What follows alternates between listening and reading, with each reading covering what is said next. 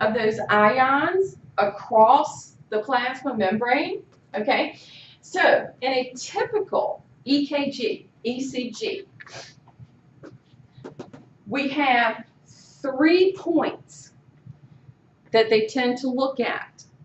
But now that doesn't mean that it's the only thing present, because in doing an EKG, there are normal heart conditions that happen, okay? Like something happening with the SA node, or something happening with the atria or the ventricles, okay? It's the norm. We do have other stuff that's not as common as the norm for something going wrong, but that kind of comes about from hopefully the person who's reading this EKG knowing what they're looking at. Okay, that's the goal. So they refer to these principal points as a P wave, because it literally looks like a little wave on the EKG. And then we have once we have that little wave, little dip, goes up, comes back down, dips down, comes back up, little line. They call that peak going up a QRS complex. And then we have a T wave. But here's the thing. Something is happening. Each one of these points is telling that person who's reading this EKG what is occurring in a part of the heart. So in the P wave, this is telling them the signal from the SA node. So now this is helping with understanding the SA node, because we know that SA node, when it fires, it goes to the AV node and over to the left atria.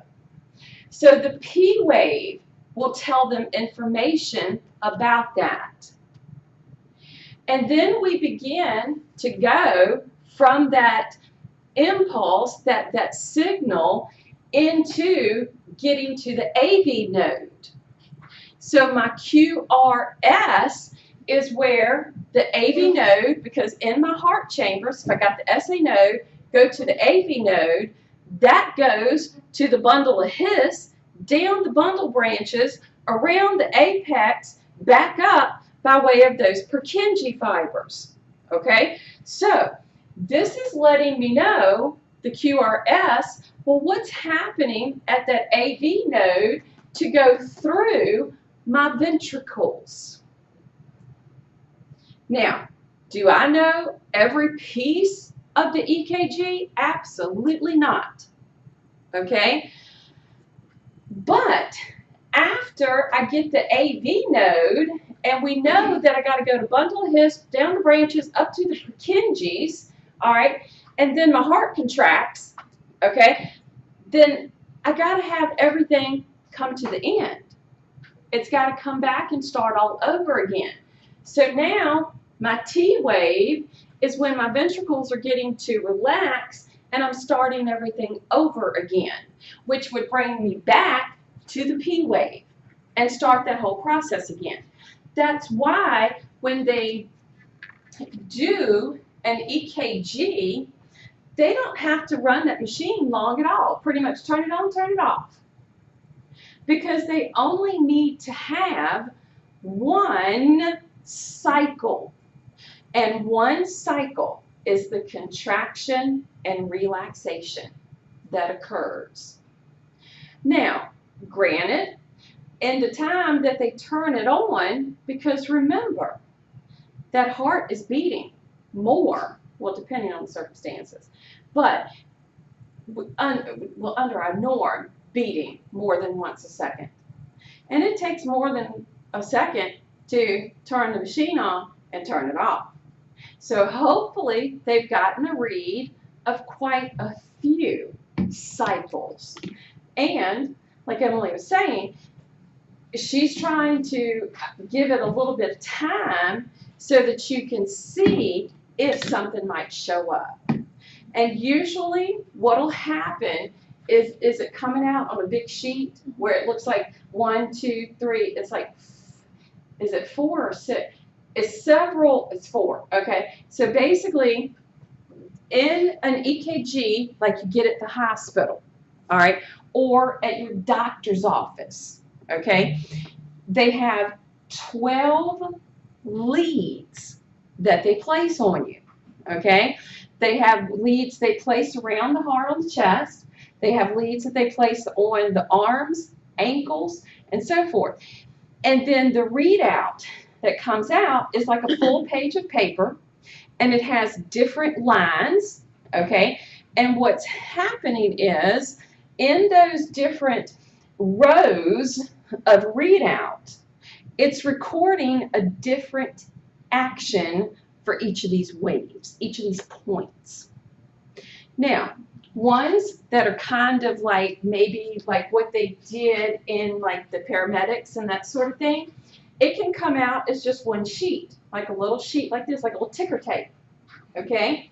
But that gives a readout that's still going to show us if we have something normal or not. Under normal conditions, this is what it should look like, okay? Because it is showing my P wave, my QRS complex, my T wave, my little bit of relaxation before it all starts again. So under normal conditions, that is what an EKG should look like. If it comes out with anything looking different, okay? Well, first of all, no matter what you're doing, if you're doing that EKG, get it to the doctor immediately, okay? Whether that person is really having a heart attack or not, because you just don't know, okay? They could be leading up to a heart attack, okay? You want to make sure everything's in place to take care of them. But to get it to the doctor, get it to them, the doctor is hopefully going to be able to take these peaks and valleys, okay, relate them to the area of the heart that they're correlating to, and if something is not coming out in the norm, be able to say, whoa, we need to get something going here. So common issues that are going to show up with an EKG, have y'all ever heard of an arrhythmia?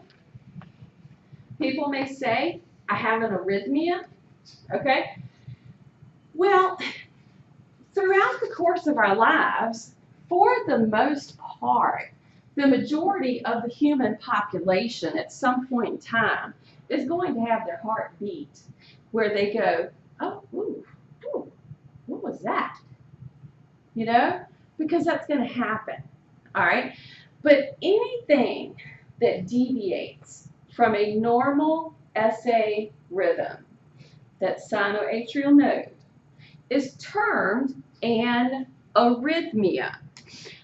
The most familiar one, all right, not saying it's got to be the one that we have happen the most, but the one that we're most familiar with, which does happen the most, is ventricular, not ventricles, fibrillation,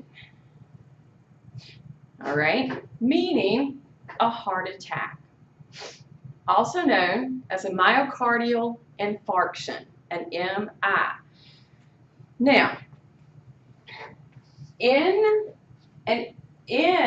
ventricular fibrillation, hopefully the doctor that's looking at it the EKG will show a weak, chaotic, in chaos almost, ventricular depolarization. So if we look back and see ventricular depolarization, he would see the problem between R and S leading to T. Do you see how I got that? Because if I'm dealing with ventricular depolarization, that would be the part of the peaks and valleys dealing with it. So hopefully they would see this, they would know that this person is having a heart attack. Those electrical signals are very chaotic, meaning peaks and valleys are not in their correct form. But here's the problem. It's letting us know, or letting the doctors know, I should say, the caregivers, coronary blood flow is disrupted. Which one is my coronary blood flow? The flow to the tissues in the heart.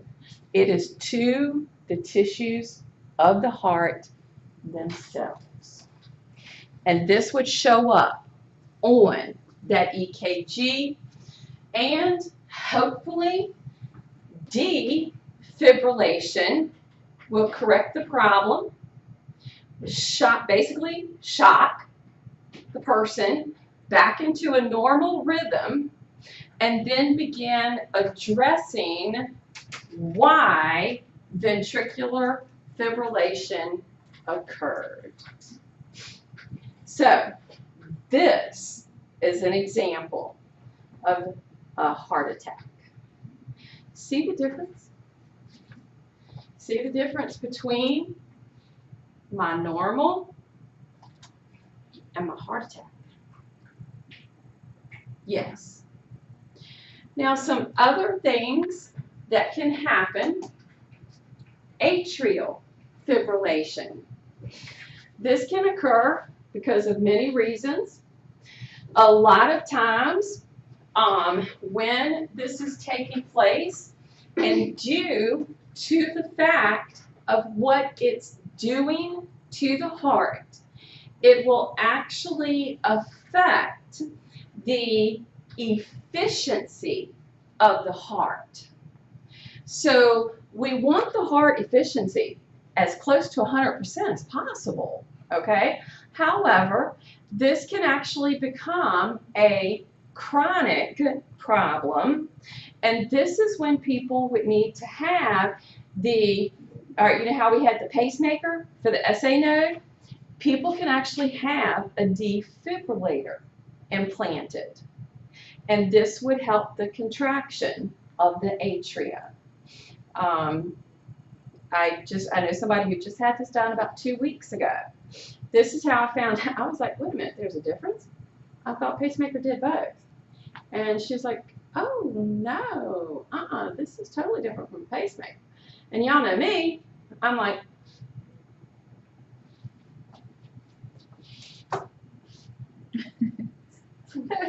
and I start researching it, okay? And I'm sitting there and I'm like, okay, learned something new today. Heart block. Heart block is a little common, okay? This is when in the atria, okay, in those P waves, that signal doesn't get passed to ventricles, and therefore no QRS. Is that in the right and left bundle, or can it be anywhere? For which one? For the heart block? For the heart block. Heart block is most likely going to be both sides. So in the bundle of this? When we have the heart block where the atria, the P waves,